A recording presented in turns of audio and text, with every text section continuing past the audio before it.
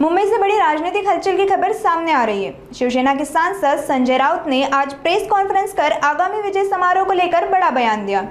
संजय राउत ने कहा कि कल महाराष्ट्र की राजनीति का ऐतिहासिक दिन होगा। वरडी के मंच पर उद्धव ठाकरे और राज ठाकरे पहली बार एक साथ नजर आएंगे। इसे मराठी विजय दिवस कहा जाएगा। राउत ने बताया कि पूरे कार्यक्रम की तैयारियां जोरों पर है और दोनों पार्टियों के नेता, पदाधिकारी और कार्यकर्ता मिलकर आयोजन को भव्य बना रहे हैं। कल सुबह 11 बजे से ये कार्यक्रम शुरू होगा, जो मराठी अस्मिता और एकता का प्रतीक बनेगा। बता दें कि आगे रामदास कदम पर बोलते हुए संजय राउत ने कहा कि वे कभी शिवसेना के पुराने साथी रहे, लेकिन अब उनके बयान डर से प्रेरित हैं। अपने ट्वीट और हाल ही में नासिक में हुई एक घटना को लेकर भी राउत ने सफाई दी। उन्होंने कहा कि भाजपा और पुलिस मिलकर शिवसैनिकों को टारगेट कर रही है। एक व्यक्ति ने लगातार शिवसेना नेताओं के खिलाफ सोशल मीडिया पर गलत बातें लिखी और ब्लैकमेल किया, लेकिन पुलिस ने कार्रवाई नहीं की। जब शिवसैनिकों ने जवाब दिया तो उन पर केस कर दिया गया। उन्होंने सवाल उठाया कि पुणे में मनसे कार्यकर्ताओं द्वारा हुई घटना पर कोई केस नहीं हुआ, लेकिन नासिक में तुरंत कार्रवाई क्यों? क्या शिवसैनिकों के लिए अलग कानून है?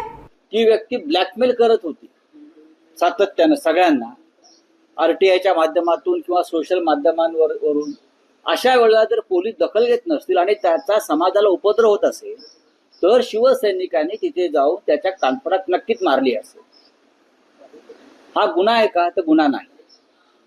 पोलिसांना कारवाई करणं काय करते तुमच्या सायबर सेल, पण त्यानंतर पोलिसांनी या आमच्या पदाधिकाऱ्यांवर अटेम्प्ट टू मर्डर पासून रॉबरी म्हणजे दरोडेखोरीपर्यंत गुन्हे दाखल करून त्यांच्यावर दबाव आणला।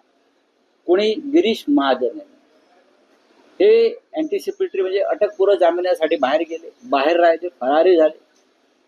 आणि हे फरारी असताना भारतीय जनता पक्षानं सांगितलंय आमच्या पक्षात प्रवेश केला तर तुमच्यावरती केसेस काढतो। काय पोलिसांना मिळत नाहीये, गुन्हे दाखल आहेत। आणि गिरीश महाजन आणि त्यांची सगळी टोळी नाशिकची बागुल, राजवाडे वगैरे लोकांना सांगतायत पक्षात प्रवेश केला तर आम्ही गुन्हे मागे घेऊ आणि हे मंत्र्यांच्या बंगल्यावर पोहोचतात। बरोबर आहे। आता मी दुसरं उदाहरण सांगतो।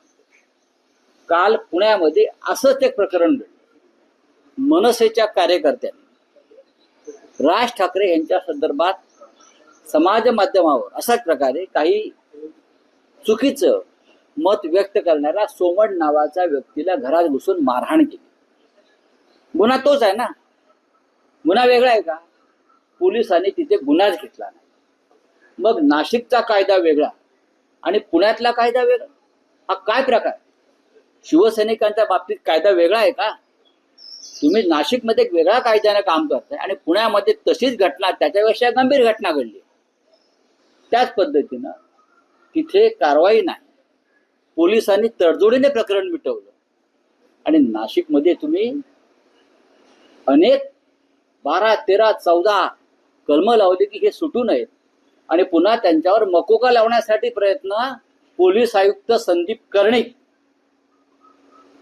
यांनी सुरू केले। त्यातून हे सगळे प्रकार राजकीय घडले। गिरीश महाजन हे या राज्याचं गृह खातं चालवतायत की गुंडटोळ्या चालवतायत? बागुल आणि राजवाडे काल प्रवेश घ्यायला गेले तेव्हा त्यांच्यावर गुन्हे होते आणि ते फरारीच होते।